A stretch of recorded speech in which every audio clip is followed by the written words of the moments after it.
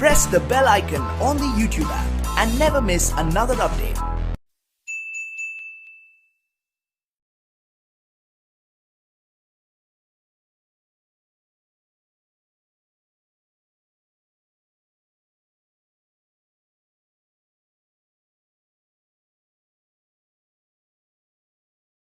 चलिए आज की हम पढ़ाई शुरू करते हैं।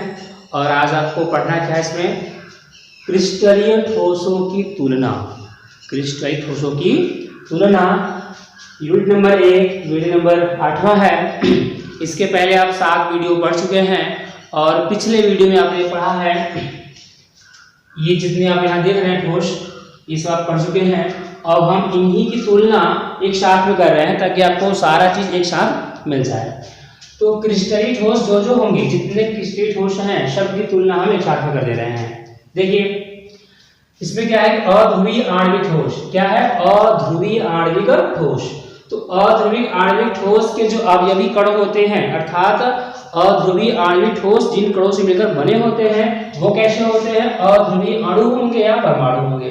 कौन से कण होंगे, अध्रुवीय कण होंगे या फिर अध्रुवीय परमाणु होंगे। अच्छा ठीक है, इनके कणों में जो आकर्षण बल होगा, कहने का मतलब जिन बल के कारण आपस में बंधे होंगे वह बल होता है लंदन बल और वान डेर वाल बल होता है। इनके एग्जांपल क्या होंगे, H2, I2 और आर्गन, ये सब सॉलिड फॉर्म में होंगे। ठीक है, इनकी प्रकृति कैसी होगी, जो अध्रुवीय आणविक ठोस है उनकी प्रकृति कैसी होगी, वह कैसे होंगे, नर्म होंगे। और ये क्या होंगे, विद्युत के कुचालक होते हैं। इनकी चालकता नहीं होती है, कुचालक होते हैं। इनका गलनांक बहुत ही कम होता है क्योंकि इनमें वान डेर वाल बल होता है, इसलिए। दूसरा है ध्रुवीय आणविक ठोस। क्या है, ध्रुवीय आणविक ठोस।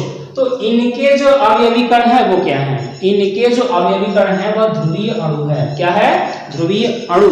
कहने का मतलब कि ऐसे अणु जिनमें ध्रुव हो उसे हम ध्रुवीय अणु कहेंगे।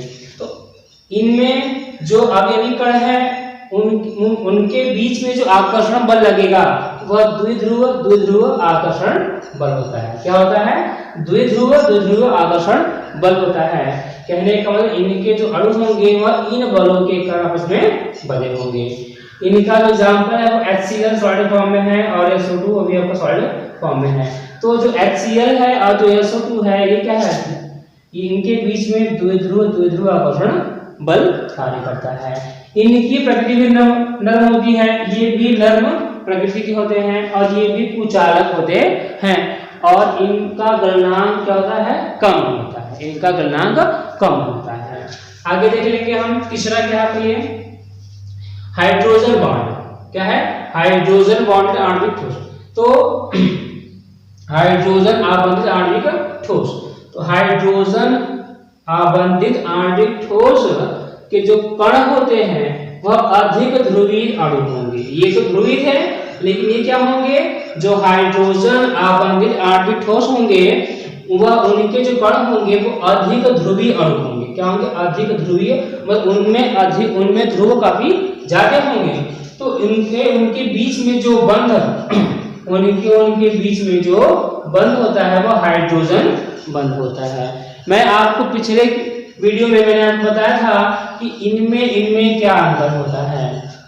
इनमें जो ध्रुवीय आणविक ठोस हैं इनमें और इन बंध में क्या अंतर होता है, मैंने आपको पिछली वीडियो में पढ़ाया था।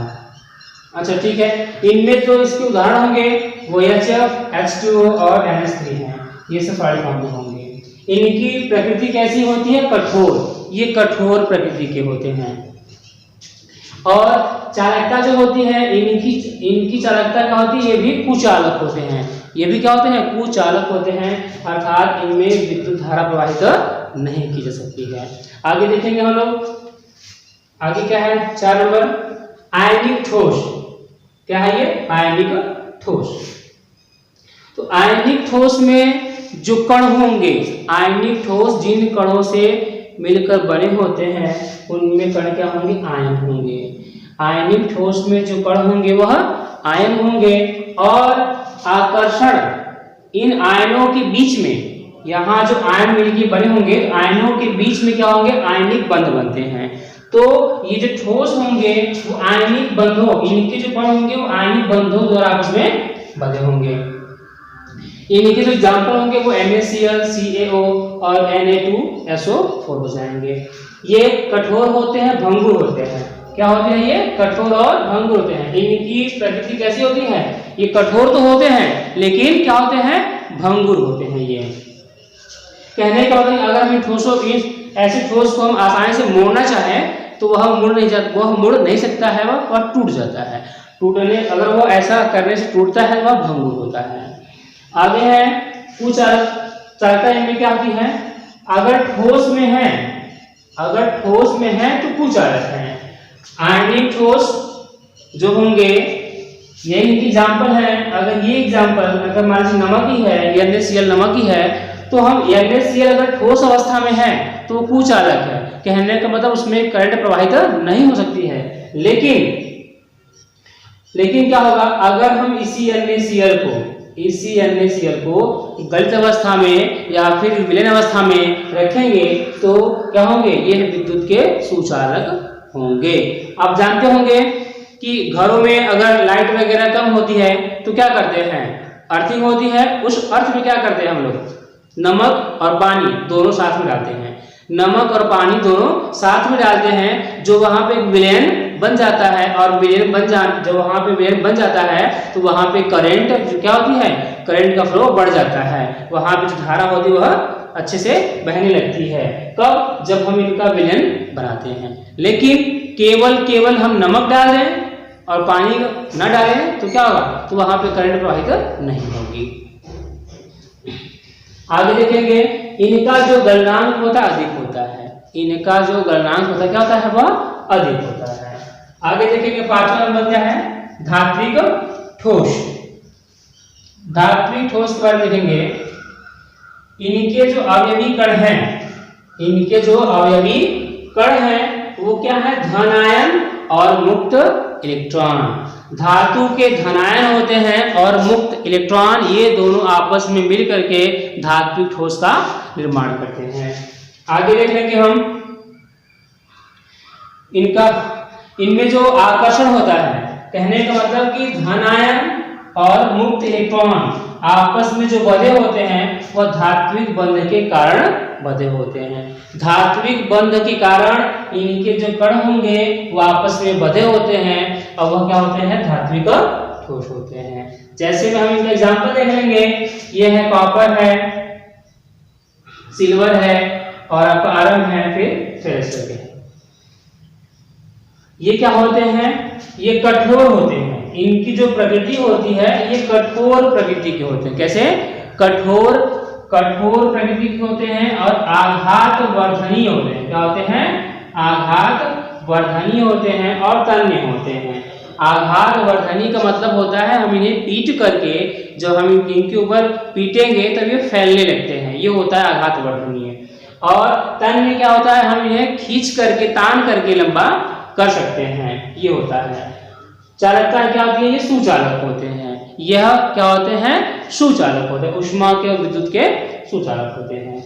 और इनका जो गलनांक होता है वो अधिक होता है, इनका गलनांक अधिक होता है। आगे हम देख लेंगे, ये क्या है, सहसंयोजक ठोस। क्या है, सहसंयोजक ठोस। तो जो सहसंयोजक ठोस होंगे उनके जो अवयवी कण होंगे परमाणु होंगे। कहने का मतलब कि परमाणु जो होंगे ये आपस में मिल करके सहसंयोजक ठोस बनाते हैं। लेकिन जो परमाणु अवयवी कण के रूप में यहाँ पे है वह कैसे बंधे होंगे, सहसंयोजक बंध के द्वारा। सहसंयोजक बंध के द्वारा परमाणु आपस में बंधे होते हैं, तब वहां पे सहसंयोजक ठोस होता है। सहसंयोजक बंध का मतलब होता है कि साझेदारी के इलेक्ट्रॉनों की साझेदारी से जो बंध बनते हैं वो क्या होते हैं, सहसंयोजक बंध होते हैं। तो इनके जो अवयवी कण है वो क्या है, परमाणु है। और परमाणु को आपस में बांधे रखने के लिए सहसंयोजक बंध यहाँ पे कार्य करता है। इनके जो एग्जाम्पल है वो क्या है, हीरा है, ग्रेफाइट है और सिलिकॉन कार्बाइड करके हैं। इनकी जो प्रकृति है सहसरल ठोस की जो प्रकृति है वो कैसी होती है? कठोर होती है। कैसी होती है? कठोर होती है। ये कठोर प्रकृति की, ये कठोर प्रकृति के होते हैं। और ये इनकी चालकता क्या होती है? ये कुचालक होते हैं। क्या होते हैं? ये कुचालक होते हैं। कहने का मतलब इनमें करंट फ्लो नहीं होता है। लेकिन जो ग्रेफाइट होता है, जो यहाँ पे ग्रेफाइट है वह सुचालक होता है। ग्रेफाइट को छोड़ देंगे, बाकी सब क्या होंगे? ये सब कुचालक होंगे, लेकिन ग्रेफाइट सुचालक होता है। और इनका जो गलनांक होता है वो ज्यादा होते हैं। इनके जो गलनांक होते कहते हैं सबसे अधिक होते हैं। तो आप क्या करेंगे? इसका एक स्क्रीनशॉट ले लेंगे ताकि आप इसको अच्छे से लिख सके। मैं हट जा रहा हूं, आप स्क्रीनशॉट ले सकते हैं। ठीक है, ले लिया। चलिए आगे देखते हैं हम लोग। तो ये क्या है? ये क्रिस्टलीय ठोस की तुलना किया गया है। ये सब क्या है? क्रिस्टलीय ठोस। ये जो अक्षर बढ़ रहे हैं, ये अध्रुवीय आणविक ठोस, ध्रुवीय आणविक ठोस, हाइड्रोजन आवंटित आणविक ठोस, आयनिक ठोस, धात्विक ठोस और सहसंयोजक ठोस। ये जो छबो है वह क्रिस्टलीय ठोस है और इनकी तुलना एक साथ की गई है। तुलना में क्या है?